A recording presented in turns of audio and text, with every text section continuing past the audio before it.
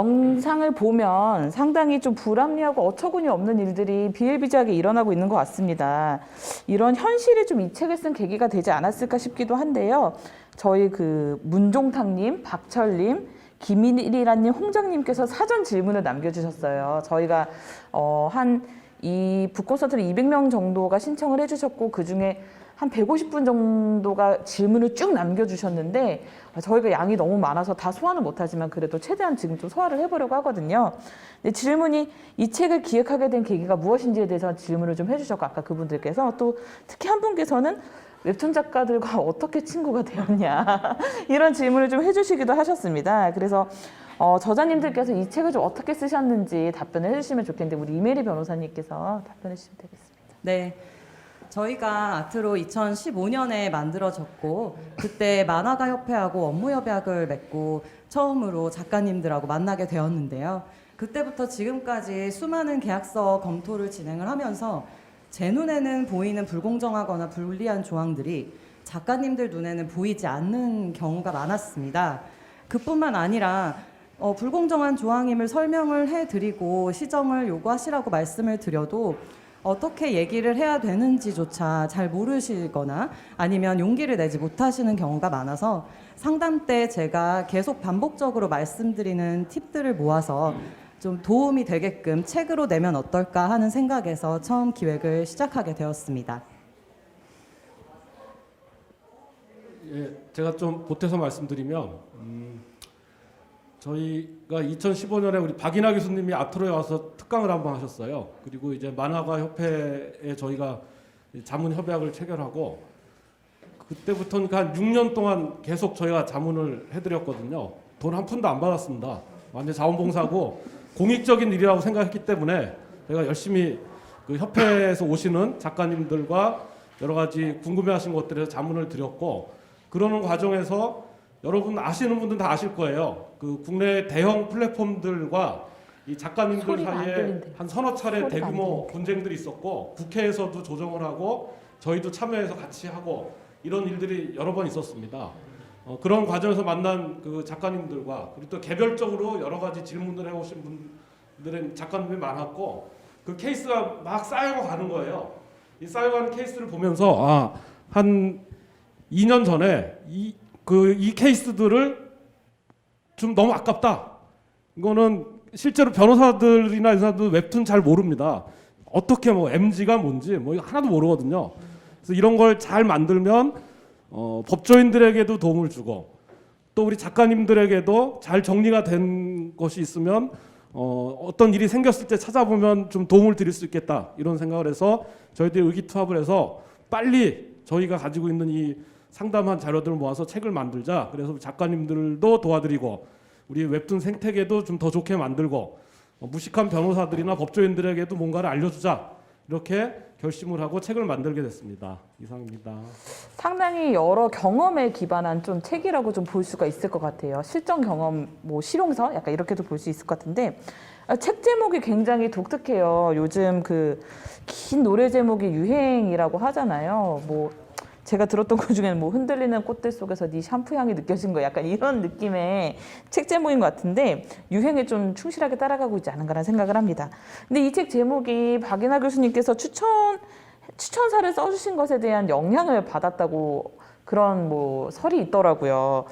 박인하 교수님 이 책을 좀 어떻게 보셨는지 좀 궁금합니다. 예, 그 책을 이제 초고를 보내주셨어요. 그래서 추천사를 좀 써달라고 보내주셔서 뭐 기꺼이 뭐 해설이건 추천사건 하겠다라고 봤었는데 굉장히 그때 충격적이게도 초고의 제목은 저작권법 강의였습니다. 초고의 제목이 세상에 이게 뭐지? 그러고 봤었는데 사실 내용은 강의가 아니고 그동안 아트로에서 계속 진행했던 상담 사례를 기반으로 해서 거기서 벌어졌던 사례들이 되게 일목요연하게 잘 정리가 돼 있었어요. 저희가 15년, 16년에 아트로 만나면서 만협에서 업무협약을 맺고 그리고 하필이면 그쯤이 이제 전통적인 시장에서 새로운 웹툰 시장으로 넘어가는 시점이어서 굉장히 많은 분쟁 사례들이 발생을 했었거든요. 그리고 그때 뭐 사실 막막하게도 이런 얘기를 누구랑 해야 되나라고 싶었을 때 작가분들 한 명 한 명이 용기를 내서 앞에서 문제를 제기할 때 이런 부분에 대해서 법률 자문을 해주신 분들이 아트로 변호사님들이었고, 그런 내용들이 모여서 진짜 되게 든든하게 우리에게도 변호사 친구가 생겼구나라고 하는 심정이어서 제가 아마 추천사의 제목을 그렇게 썼었는데, 그게 책 제목이 돼서 한편으로는 굉장히 다행이라고 생각이 되고, 한편으로는 비슷한 시기에 제 책이 나왔는데 압도적으로 책 제목 때문인가 되게 잘 팔려서 농담입니다만 참 어떻게 됐건 우리 곁에 계속 이렇게 웹툰 작가들, 만화가들을 지지하고 지원해 주시는 분들이 계신다는 사실을 한 분 한 분 일하시는 혼자 일하시는 작가분들이 좀 이해하셨으면 좋겠다라는 생각이 많이 들었어요. 교수님께 다시 한번 감사드린다는 말씀을 전해드리고, 심지어 이 책에는 저작권 내용보다는 계약법 내용이 더 많습니다. 그럼에도 불구하고 그 제목을 붙일 뻔했던 그런 잘못된 선택을 막아주셔서 정말 감사합니다. 근데 실제로 저희가 책을 낼 때쯤에 한겨레에서 이제 현대의 전태일이라고 해가지고 웹툰 작가분들, 만화 작가분들에 대한 이야기를 많이 다뤘어요. 그때 이제 플랫폼과 작가 계약의 문제, 에이전시 등장으로 인한 이중 수수료의 문제, 정산 문제, 이런 문제들을 다 다양하게 짚어주셨는데, 실제로 작가님들이 어느 부분에서 불편함을 느끼시는지 궁금해지기도 합니다. AJS 작가님께서 보시기에 작가님들을 좀 힘들게 하는 관행이 좀 어떤 것이 있는지. 일단 하나를 꼽기에는 너무 많고요. 그리고 이 웹툰 업계가 굉장히 빠르게 바뀌고 있기 때문에 그런 관행도 되게 빠르게 업데이트가 되고 있어요. 그래서 그 중에 하나를 꼽자면 일단은 모든 계약 조건이 너무 비밀스럽다는 겁니다. 그래서 이게 작가 개인 대 플랫폼이 맺는 거다 보니까 작가는 자기의 어떤 조건에 대해서 주변에다가 말을 하기가 어렵고, 그래서 뭐가 업계의 평균인지를 알 수가 없는 거예요. 그래서 내가 계약 조건을 받고 이거 약간 좀 불공정한 것 같은데 라는 생각이 들어도 이게 업계 평균인가 싶어서 따지기가 힘든 거예요. 그러다 보니까 이게 실제 웹툰계에서 있던 사례를 가지고 전문가분들이 책을 내주신 게 되게 중요한 역할을 하지 않나 싶습니다. 혹시 작가님께서 개인적으로 겪으신 불공정 행위가 있으실까요? 이거는 제가 겪은 건 아니고 이제 제 주변 작가님이 겪으신 건데, 이게 매니지먼트를 통해서 플랫폼을 계약을 하게 되면은 플랫폼과 매니지먼트 사이에 이런 계약 조건이 어떻게 되는지 작가는 알지를 못해요. 그래서 이걸 내가 속고 있는지 아니면 이 회사에서 이걸 떼먹고 있는지를 알 수가 없는 거예요. 그래서 그거를 회사에다가 원장부를 요청을 하더라도 회사에서는 시간을 끌고 제대로 답변을 안 해주고 말을 돌리니까 작가는 이제 난 당장 나의 생활을 위해서 일을 들어가야 되는데 이거를 버틸 수가 없는 거죠. 그래서 뭔가 속고 있는 것 같지만 그냥 내가 손해보고 그냥 난 차기작 할래, 이렇게 되는 케이스가 굉장히 좀 많은 것 같습니다. 굉장히 심각한 문제네요. 박연아 교수님께서도 이제 업계에 오래 계셨으니까 여러 가지 잘못된 관행을 많이 보셨을 것 같은데, 혹시 좀 이야기해 주실 만한 것이 있으신지. 최근에 이제 좀 이슈가 됐었던 문제인데요. 모 출판 단체들이 연합을 해서 표준 계약서를 만들었는데, 놀랍게도 계약 기간이 10년짜리 계약서가 나온 거예요. 맞아요. 그리고 뭐 계약 기간뿐만이 아니라 여러 가지 저작자에게 어마어마하게 불리한 그런 계약서가 나왔어요.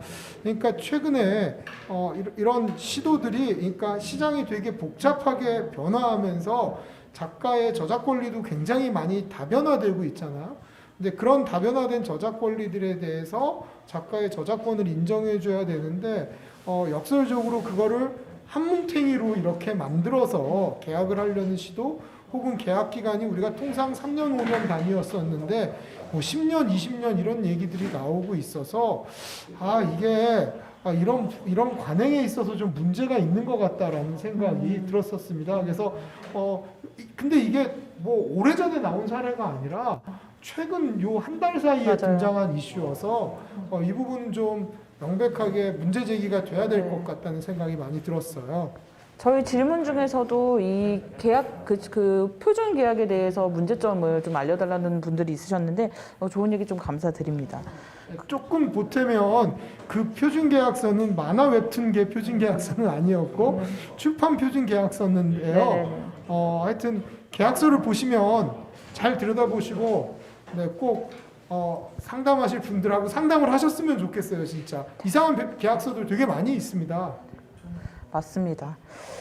이렇게 그 나쁜 관행들은 어쨌든 계약서에서 분명히 티가 나게 돼 있는 것 같아요. 근데 변호사님들께서 오늘 혹시 좀 그런 대표적인 사례에 대해서 조금 설명을 좀 해주셨으면 좋겠는데 우선 이메리 변호사님부터 좀 설명을 좀 해주실까요?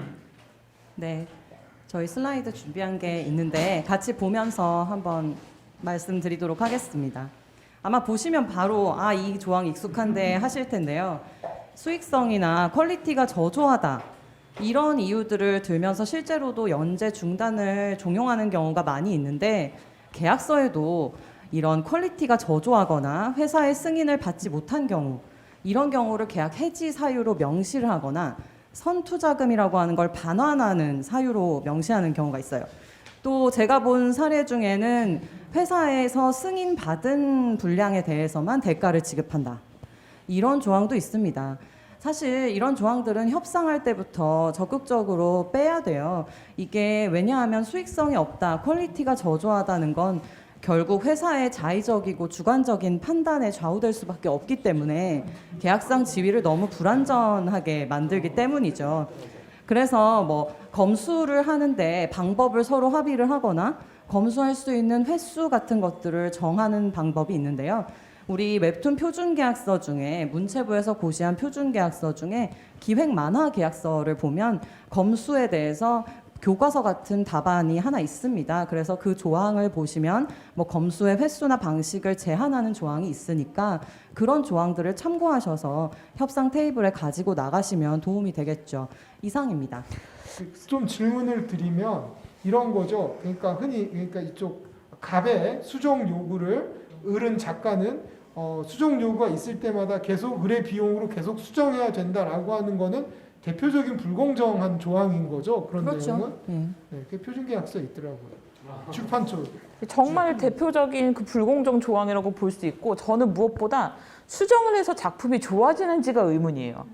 왜냐하면 이거는 예술 작품이고 퀄리티라고 하는 것을 누가 판단할 수 있으며 좀 그렇게 수정을 한다고 해서 나아진다고 누가 자신할 수 있는지 그거부터가 조금 잘못된 생각이 아닌가라는 생각이 좀 듭니다. 네, 그 다음은 이제 김성주 변호사님께서 소개를 좀. 네, 저도 좀 슬라이드 같이 보시면서 설명을 드려볼게요. 자, 저희 많은 계약서들을 저희가 검토하고 보는데 작가님들도 이런 계약서 보신 적 있을 것 같아요. 그 저작물을 작가님들이 창작하는 저작물을 공동으로 소유하자고 하거나 아니면 저작물에 대한 권리를 업체에 양도를 해야 된다. 이런 취지로 가끔 계약서들이 적혀 있는 경우가 있거든요. 그러니까 이제 업체 쪽 얘기는 그런 거예요. 작가님이 창작하는 과정에 우리가 비용을 다 댔지 않냐. 그리고 작품에 대해서 여러 가지 뭐 의견이나 이런 아이디어도 제공했으니까 그런 부분에서 저작권은 적어도 공동으로 같이 가져가야 되는 게 아니냐. 뭐 이런 어떤 얘기들을 설명을 들으시는 경우가 있어요. 근데 작가님들 입장에서는 아무리 그래도 창작은 어쨌든 내 아이디어, 내 사상, 내 감정 이런 것들을 표현해가지고 작품을 만들으셨는데 업체가 또 이렇게 해야지 된다고 설명을 들으니까 사실 이거 그냥 해야 되는 거 아닌가라고 해서 사인을 해버리시는 경우가 있더라고요. 그래서 지금 이게 어떤 문제가 있는지 한번 다음 장 넘어가면서 한번 말씀을 드릴게요. 대표적인 뭐 여러 가지 전형적인 계약 예시 조항 중에 보시면 뭐 지금 슬라이드 보시면 한 4줄 정도 되잖아요. 엄청 뭐가 많이 적혀 있어요. 뭐 소유권, 지적재산권, 일체 뭐 이런 것들을 갑과 을이 공동으로 소유하기로 한다. 일단은 엄청 뭐 여러 가지 용어가 길게 나오고 뭐 하는데 업체에서도 이게 맞다고 설명하니까 사실 이런 거에 사인을 갖다 하시는 경우가 있는 거거든요. 자, 근데 결론부터 말씀드리면 우선 회사 쪽에서 업체 쪽에서 스토리나 콘티 같은 거를 다 만들어가지고 뭐 제공을 하면서 자, 이거에 대해서 그림을 그려주시라 라는 정도로 작품에 어느 정도 창작에 실제 개입을 한 게 아니면요, 그런 특수한 사정이 없으면 작품에 대한 저작 권리는 작가한테 당연히 기속된다고 보는 게 원칙이라고 보시면 돼요. 그래서 이런 저작 권리를 포괄적으로 공동 소유하는 계약 조항, 이거는 되게 불공정하고 분쟁 소지가 매우 높아집니다. 그래서 여러분들께서 그런 조항을 보시면 이거는 좀 아니지 않나, 이거는 어떻게 해석해야 되냐, 이런 것들을 좀 꼭 주변에 그리고 저희 아트로 변호사들한테 한번 물어보시고 검토를 받아보실 필요가 있는 대표적인 조항이라고 보시면 될 것 같아요. 그 이런 조항은 정말 좀 심각한 문제가 있는 것 같아요. 제가 얼마 전에 봤던 계약서인데 저는 저작권 양도 조항을 진짜 오랜만에 봤거든요. 근데 그거는 웹소설을 웹툰으로 만드는 작품이었어요. 그런데 저작권을 전부 양도한다라고 해서 이거 담당자한테 이거 무슨 내용인지 물어봐라라고 하니까 아 이거는 소위 반매절 같은 거예요라고 답변을 했다는 거예요. 이게 왜 반매절이냐? 이건 그냥 매절이다라고 말씀을 드렸는데 적어도 그분께는 본인 그림의 캐릭터에 대한 저작권은 분명히 인정이 돼야 되는 부분이잖아요. 근데 그거를 그냥 그렇게 함부로 양도하게 되는 계약을 특히 신인 작가님들한테 굉장히 강요하는 경우들이 많더라고요. 예. 네. 조금만 더 구현할게요. 그러니까 이 원칙을 좀 인지를 하셨으면 좋겠어요. 작가님들의 작품은 창작한 작품은 작가님들에게 일단 기본적 권리가 있어요. 자, 근데 그거를 플랫폼 같은 데 연재를 하죠. 연재를 하는 과정에서 에이전시를 통해 가지고 연재를 하는 경우도 많습니다. 그랬을 때 거기서 작가님들이 체결하시는 계약은 기본적으로 그 작품에 대한 권리를 계약 기간 동안 에이전시 또는 플랫폼이 행사할 수 있도록 잠깐 맡겨두는 개념이라고 생각하시면 돼요.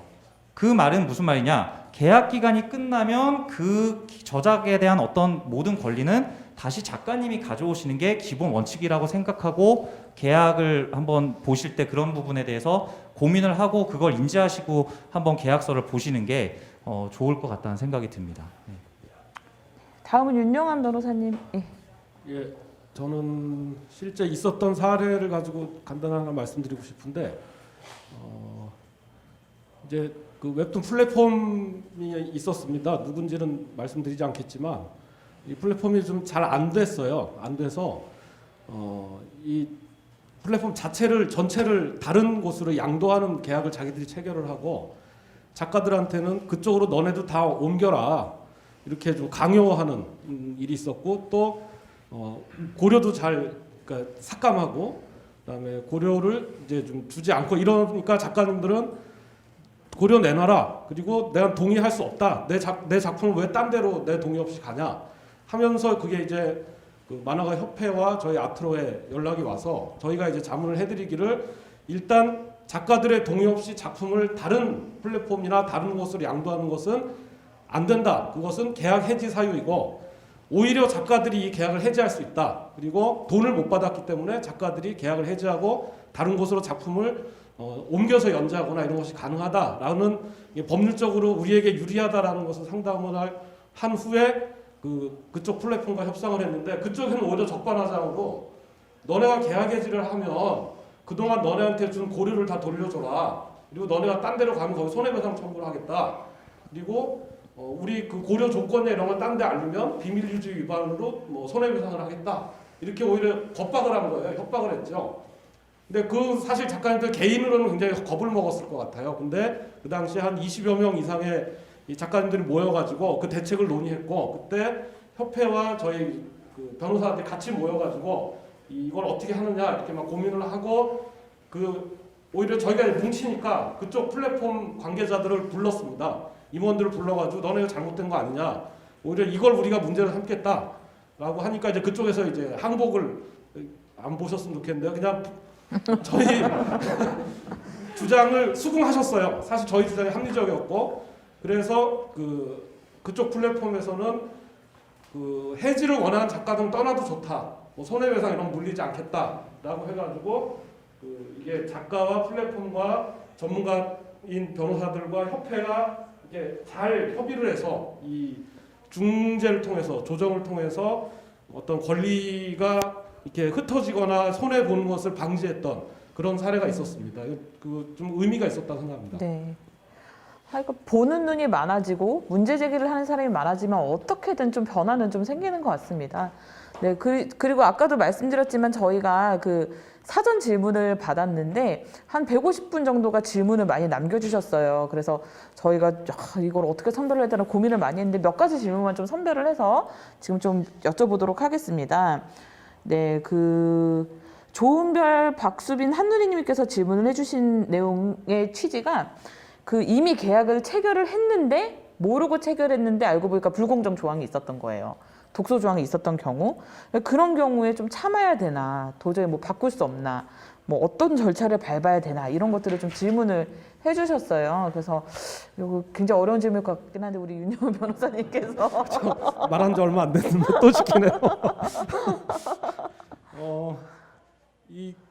이게 계약이라는 게 기본적으로 특히 자본주의 사회의 법은 일단 두 사람이 합의를 해서 계약을 체결하면 이 법에 불법이 있거나 누가 누굴 속였거나 아니면 사회적으로 인정되지 않는 어떤 반사회성이 있거나 그런 경우가 아니면 이 계약은 효력이 있습니다. 다시 바꾸기가 굉장히 어렵거든요.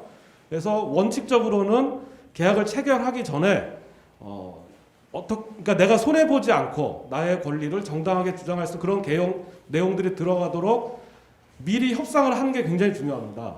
근데 문제는 뭐냐면 작가님들은 이제 혼자 작업들을 하시잖아요. 그리고 정보가 많이 부족합니다. 그러다 보니까 그리고 또 이제 막 열심히 창작해서 막 이제 데뷔하려고 하는 신인 작가들 경우에는 일단 데뷔하는 게 급하기 때문에 계약서 안 읽어보고 무조건 사인해 줍니다. 근데 나중에 보면 굉장히 불공정하거나 불합리한 것들이 발견되는 거죠. 이런 문제인 것 같아요. 그래서 최대한 사전에 할 때는 요즘 워낙 이제 온라인에 정보도 많고 저희 같은 전문 변호사들도 있고 뭐 협회도 있고 도움을 받을 곳들이 있으니까 그리고 사회적으로 이 불공정한 그런 거래를 못하게 하는 시스템들이 굉장히 많습니다. 우리가 잘 몰라서 그렇죠. 그런 것들 적극 활용하면 되는데 일단 그런 걸 모르는 상태에서 했다. 그러면 이제 고민이 되는 거죠. 그냥 수긍하느냐, 뭔가 해결하느냐. 근데 저는 포기하지 않았으면 좋겠다는 생각합니다. 왜냐하면 난 그림만 잘 그려서 내가 그냥 뜨면 되지. 이렇게 지레 포기하지 않고 뭔가 불공정하다면 그것을 나의 권리로 생각을 하고 일단 주변에 좀 알아보시고 무엇이 문제인지 사실 질문하신 분이 어떤 불공정한 것에 대해서 질문하셨는지 궁금하긴 해요. 사실 저희는 물어보면 바로 그게 기다 아니다 답변해 드릴 수 있는데 이게 추상적으로 추정해가지고 말씀드리는 건 어렵긴 하거든요. 어쨌든 이게 문제가 있는 조항이다라고 한다면 일단은 그 상대방인 플랫폼이나 에이전시나 이쪽에 이건 문제가 있고 불공정하다. 그리고 내가 알아보니까 이건 진짜 문제가 있는 조항이다. 뭐 예전에 이런 판례도 있었고 공정위에서 이런 것도 있었다고 하더라. 근데 너 나한테 왜 그랬냐? 라고 문제 제기를 하셔야 됩니다. 원래 이제 우는 아이 떡 준다고 적극적으로 문제 제기하는 사람의 말은 누구라도 자기 양심에 찔리기 맞아요. 때문에 아주 나쁜 놈 아니면 들어줍니다. 들어주고 양보를 하게 되죠. 그래서 일단은 적극적으로 요구하는 거.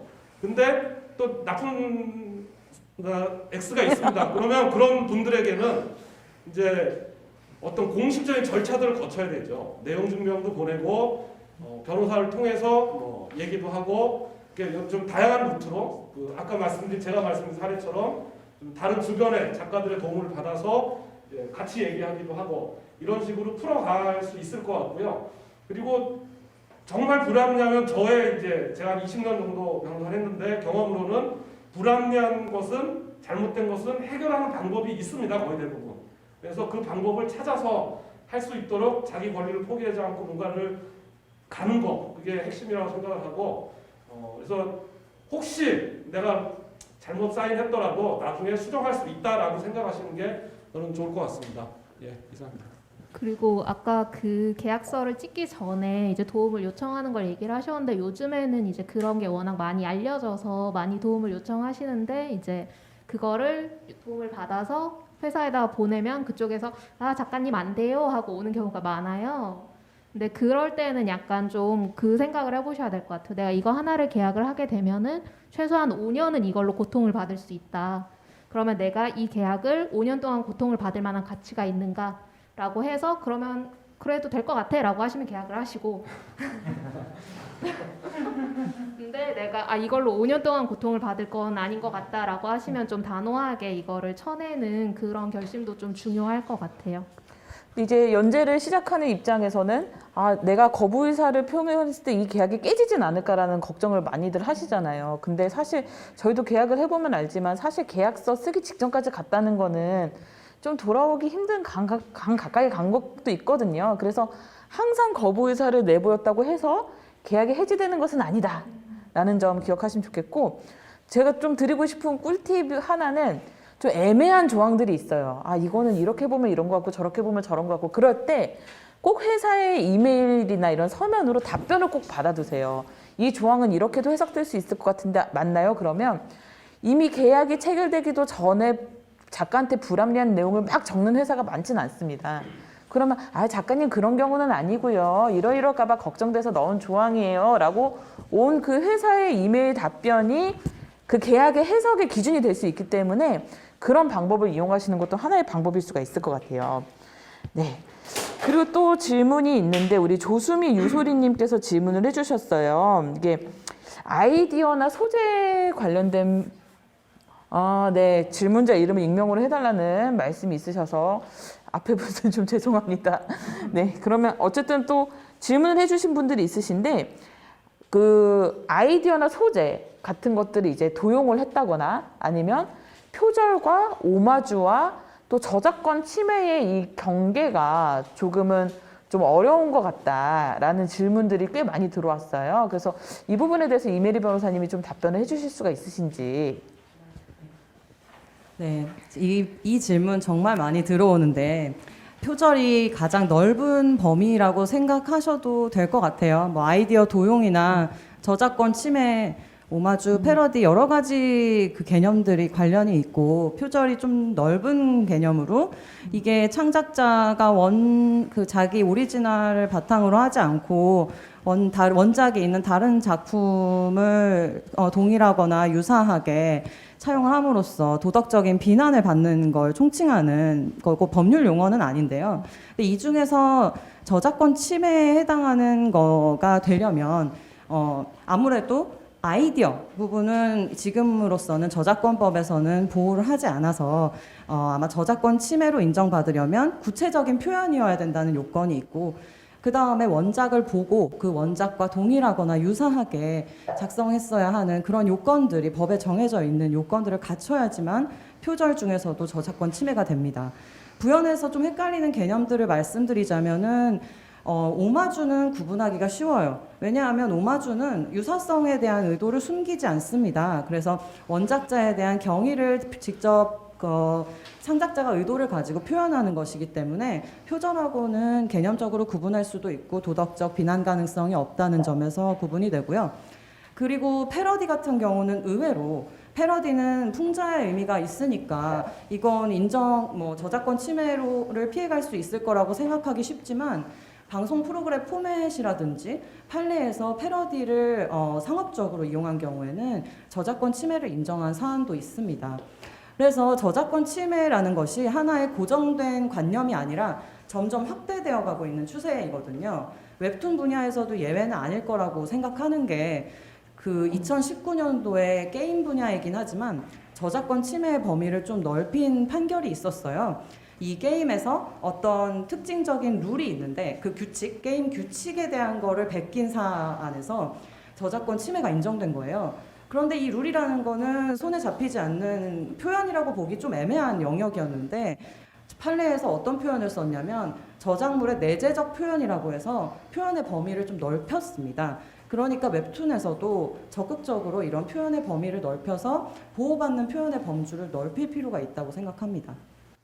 네, 그리고 더 무서운 거는 법의 심판을 받기 이전에 이미 댓글이나 이런 걸 통해서 이거는 좀 유사한 것 같다라는 이미 심판이 또 이루어지기 때문에 작가님들께서는 그런 부분은 많이 유의를 하셔야 될 것 같아요. 김성주 변호사님께는 두 가지 질문을 한꺼번에 드리려고 하는데요. 이제 뭐 아직도 뭐 지각비 문제가 좀 이슈가 되는 부분이 있는지 지각비가 법적으로 유효한지에 대한 질문이 하나 있었고 또 저희 불법 사이트로 인해서 큰 피해를 보고 있는데 이게 뭐 대처가 어떻게 돼야 되는 건지 어떻게 해결할 수 있을지 이런 질문이 있었어요. 예. 일단 지각비 같은 경우는 사실 지금 이게 한 2, 3년 전만 해도 엄청 이슈가 됐던 그 사안이 맞고요. 근데 이게 질문해 주신 분이 혹시라도 지금도 그런 지각비 조항에 적용을 받으시고 있거나 그런 제안을 받으시는 부분이 있다면 빨리 저희한테 제보를 좀 해주세요. 저희가 빠른 검토가 필요한 조항이라고 생각이 되고요. 왜 그러냐면 결론적으로 지금 지각비 관련된 조항이 만약에 적용이 되면 효력이 없다고 인정이 될 가능성이 더 높아 보여요. 왜 그러냐면 이게 이미 2018년도경에 이런 지각비를 부과하는 조항, 그 다음에 또 뭐 2차 저작물을 통으로 이렇게 계약을 체결하는 조항, 이런 부분들은 불공정한 조항이다라고 해서 공정거래위원회를 통해서 시정 조치가 다 한 번은 됐었던 사안들이거든요. 그래서 혹시 다른 그 변호사님들 뭐 혹시 이렇게 최근에 경험해 보신 거 없으시죠? 그러니까 이게 저희가 혹시 지금 놓치고 있는 부분이 있을 수 있으니까 그런 부분 혹시 파악이 되시면 꼭 좀 제보 좀 해주시고요. 그 다음에 그 뭐였죠? 그 불법 침해? 예, 불법 침해. 이게 불법 침해가 참 심각하잖아요. 우선은 저희 뭐 플랫폼이나 뭐 에이전시들도 나름의 대응을 막 하려고 노력을 하고 있는데 사실 솔직히 말씀드리면 정말 쉽지 않은 문제입니다. 그러니까 저희가 알고 있는 예를 들어서 가장 유명한 밤토끼, 뭐 또 어른아이 뭐 이런 사이트 있잖아요. 그런 사이트가 검거되고 적발이 되는 거는 정말 무수히 많이 이루어지는 침해 유형 중에서 매우 극소수인 것 같아요. 그것도 국내에 어떤 침해자들이 서버를 두고 또 해외에 송출하는 서버 두고 해외랑 우리나라 안에 어떤 수사 공조하고 또 수사기관이 그 사건에 대해서 심각하게 보고 적극적으로 어떤 움직여줘야지 그런 대형 사건으로 처리가 되면서 이제 검거가 되는 경우가 있는데, 그런 검거가 되면 다 해결이 되냐? 무수히 많은 또 2차, 3차 피해나 이런 것들이 계속 생기기는 하거든요. 다만 지금 어쨌든 저희가 확인해 본 바는 이게 민간 영역으로만 해결이 안 되는 영역이기 때문에 어떤 국가 간 공조, 정부 차원에서도 저작권 보호를 위한 해외 어떤 공조, 이런 부분에 대해서 되게 노력을 많이 기울이는 것으로 알고 있고요. 일단은 검거를 하기 위해서는 어쨌든 간에 고소나 이런 어떤 사법 절차는 필수적인 것 같다는 생각은 듭니다. 근데 다만 그런 비단 사법 절차 이런 거는 이미 침해가 다 된 다음에 피해가 막 심해진 다음에 되는 거거든요. 사실 이게 좀 약간의 개념적인 얘기일 수도 있는데요.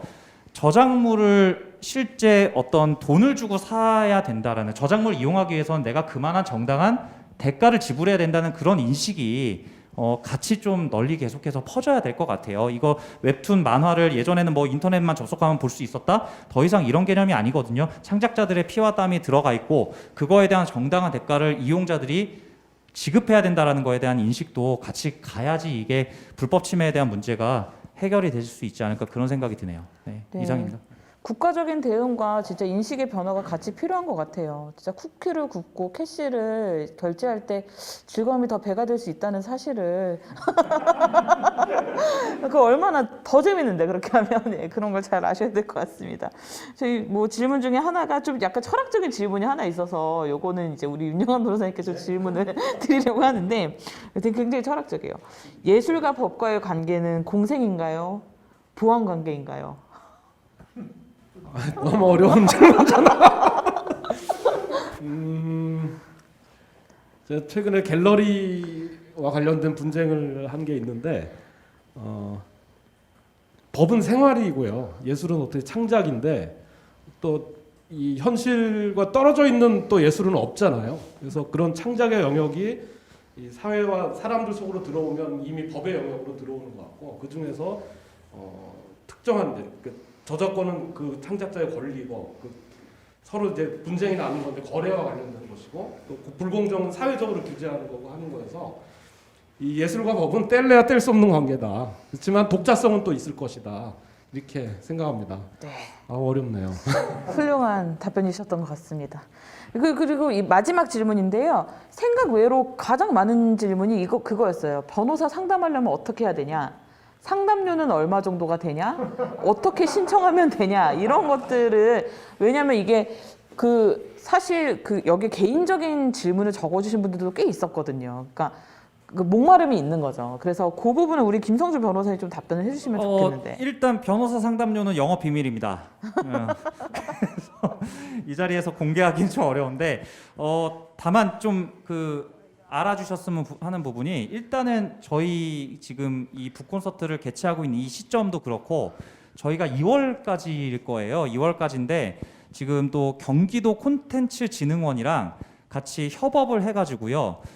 여러분들이 웹툰 만화 관련해서 계약을 체결하실 때 겪는 불공정한 사안이라든지 계약서상의 어떤 문제가 되는 부분, 이런 것들에 대해서 비용을 따로 안 들이셔도 무료로 상담을 하실 수 있는 그런 지금 협업 구조가 2월까지 지금 진행을 하고 있어요. 그래가지고 그 어떤 상담 절차를 통해서 신청을 해주시면 저희가 지금 코로나 국면이기도 하니까 사실 줌 화상을 통한 어떤 상담도 충분히 가능하고요.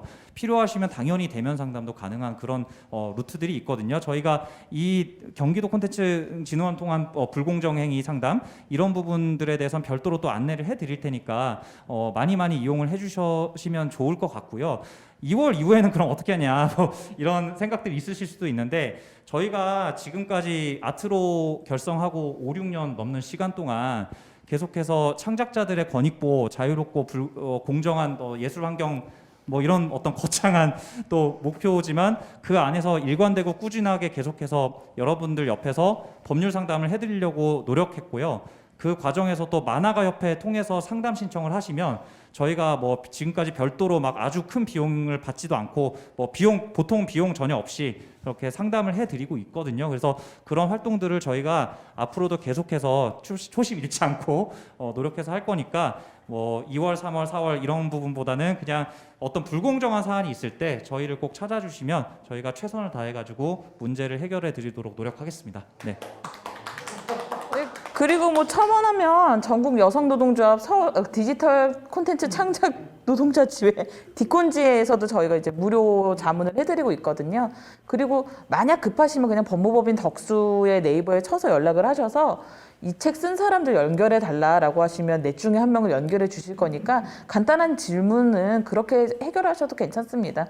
비용에 너무 부담 가시지 않으셨으면 좋겠어요. 오늘 여러 가지 좀 질문, 답변 이런 것들을 하면서 좀 이렇게 이 현실을 좀 어떻게 타개할 것인가 이런 것들에 대한 질문이 계속 좀 생기는 것 같아요. 그러니까 앞으로 모두가 함께 좀 고민해 나가야 될 문제인 것 같은데 그런 만큼 오늘 이제 패널 분들께 좀 공통 질문을 드리도록 하겠습니다. 우리 웹툰 작가가 불공정 거래에 맞서는 방법은? 이라는 질문을 드리고자 하는데 작가님 먼저.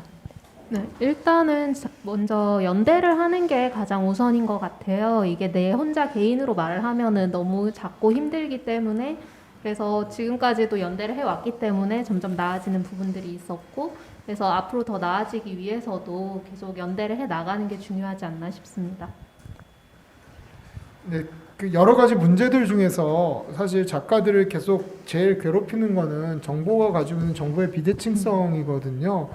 특히 뭐 예를 들어 자기가 아는 선생님이 있다거나 또 뭐 이렇게 아는 변호사가 있다거나 그러면 물어보거나 사례를 보면 되는데 제일 어려운 분들이 이제 막 시인으로서 데뷔를 하려는 친구들이 그런 어려움을 많이 겪습니다. 그래서 이런 경우에 있어서 주변에 아까 작가님이 말씀해 주신 것처럼 연대를 하고 있는 조직들이 많이 있습니다. 그래서 뭐 아까 디콘지회도 있고 그리고 뭐 여성 만화가 협회도 있고 만화가 협회도 있고 뭐 웹툰 작가 협회도 있고 이런 협회들이 있는데 어느 경우에는 조금씩 못마땅한 부분들도 있으시겠지만 관련해서 궁금한 점들을 문의해 주시면 적당한 분들에게 충분히 맞는 상담이 되실 수 있을 것 같고요. 그리고 이건 좀 이상하다 싶은 내용이 있으면 아까 윤영한 변호사님 말씀하신 것처럼 계약 끝났다고 포기하는 게 아니라 이상한 부분이 있다면 한번 요청을 해보고 확인을 해보고 하는 게 되게 중요한 것 같아요. 그래서 이제 그런 내용들이 서로 공유될 때 정보의 비대칭성들이 좀 없어질 것 같고 또 사실 이제 계속 이런 얘기하니까 지금 세상 웹툰에 진짜 이게 너무 험악한 판인가 뭐 이런 생각도 하실 것 같은데 근데 이 계약들이 좋아진 계약 관행도 되게 많아졌습니다. 맞아요. 지금 사실 굉장히 예전에 비해서 좋아진 계약 관행들이 많았었어요. 예전에 예전에 한 10년 전쯤에 이제 막 웹툰 시장 시작되기 전에 초창기에는 단행본 한 권 기획 만화 만들 때 매절로 600만 원에도 만들고 막 그랬었어요. 그러니까 어떻게 보면 시장들은 좋아지기는 했는데 특히 플랫폼이나 에이전시들도 지금 공정하게 잘 이거를 오픈하고 작가들하고 서로 이렇게 작업을 하는 게 훨씬 더 플랫폼의 입장에서도 에이전시 입장에서도 유리하다는 부분들을 좀 더 많이 이해하고 계시겠지만 이해하고 같이 상생하는 시장들을 만들어 나가는 게 중요하다고 생각을 합니다. 그 진짜 적극적인 대응과 연대와 또 정보를 찾고자 하는 노력이 중요하다는 생각이 들고요.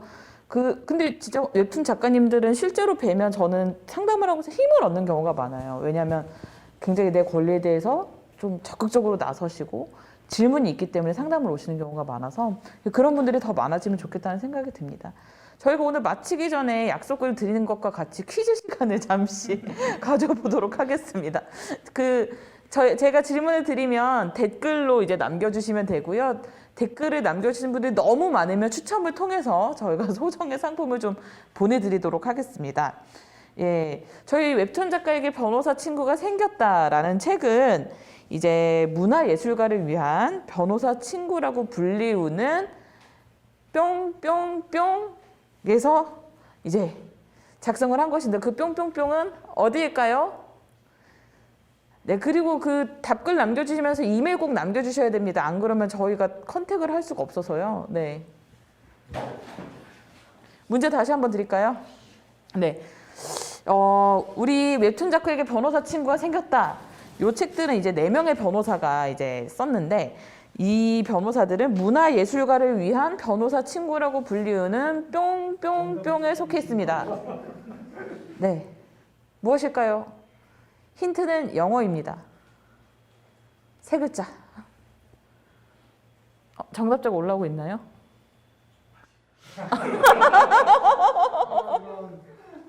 힌트 하나 더 드리면 그 이름을 장명을 제가 했습니다.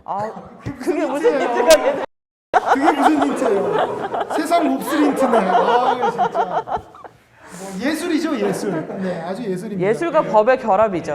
네, 예술과 법의 결합. 그런 거예요. 전 길인 네. 줄 알았어요. 네. 길도 맞는 거 네. 네. 힌트는 이 정도는 나와야지. 지금 정답자가 나오는 거 맞습니까? 예, 정답자가 나왔다고 합니다. 네, 그러면 어쨌든 여러분 적극적으로 참여해 주셔서 감사하고 또 하나는 우리 패널분들에 대한 걸 하려고 하는데 우선 우리 작가님부터. 작가님께서 그 얼마 전에 그 네이버에서 이제 연재를 하셨던 작품이 있는데 이게 굉장히 어렵습니다. 왜냐하면 제목이 숫자이기 때문에 굉장히 어렵습니다. AJS 작가님이 네이버에서 연재하셨던 작품의 이름은 무엇일까요? 힌트는 직접 작가님 숫자 4개입니다. 네. 도움이 됩니다. 4층 연산 중에 하나가 들어있습니다. 그 네이버에 검색하시면 나옵니다. 네. 네. 우리 박인하 교수님 저서도 저희가 이제 그 하나 올려야 될 것 같습니다. 네. 그 가장 원래 책을 워낙에 많이 쓰셔가지고 근데 가장 최근에 나온 책이 있습니다. 그 책의 이름은 무엇일까요?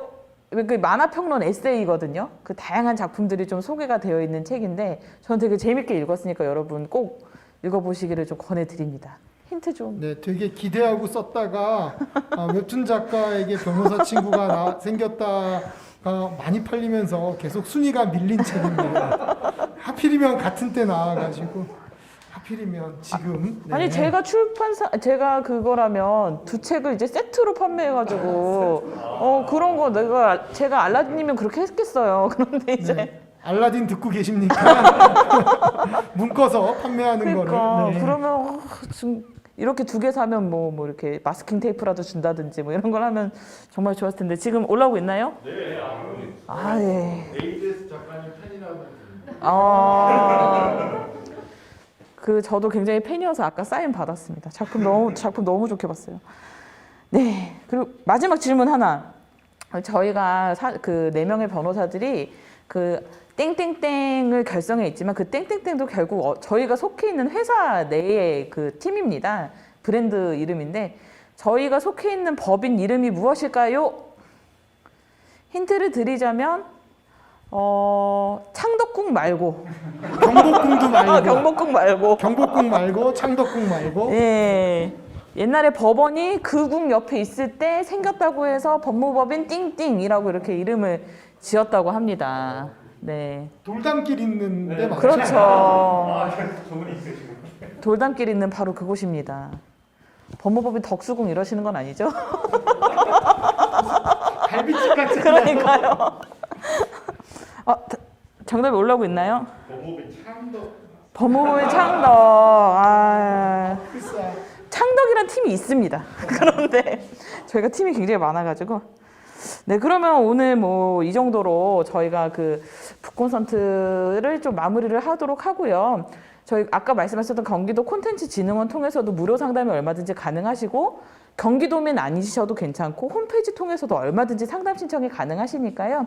적극적으로 이용을 해주시고 무료일 때 마음껏 이용하셨으면 좋겠다는 생각이 듭니다. 네, 오늘 저희 북콘서트에 참가해 주셔서 감사하다는 말씀을 드립니다. 그리고 이제 우리 독자님들 직접 만나뵀으면 너무 좋았을 텐데 그럼 저도 스타가 된 기분을 느낄 수 있었을 텐데 너무 아쉽다는 생각이 좀 듭니다. 하루빨리 서로 좀 얼굴을 편하게 볼 수 있는 날이 왔으면 좋겠다는 생각이 들고요. 그리고 감사한 소식은 저희가 이제 2세가 이제 발간이 되었는데요. 이 책이 좀 웹툰 작가님뿐만 아니라 좀 글을 쓰고 창작을 업으로 하시는 모든 분들에게 좀 도움이 됐으면 좋겠습니다. 예, 성공적으로 저희가 개정판이 나올 때까지 저희가 안 보는 것 같지만 모든 의견을 다 이제 보고 있거든요. 그래서 그 모든 의견을 이제 수정한 개정판이 나올 때까지 저희도 노력하겠습니다. 오늘 참가해 주셔서 정말 감사합니다. 네. 네, 감사합니다.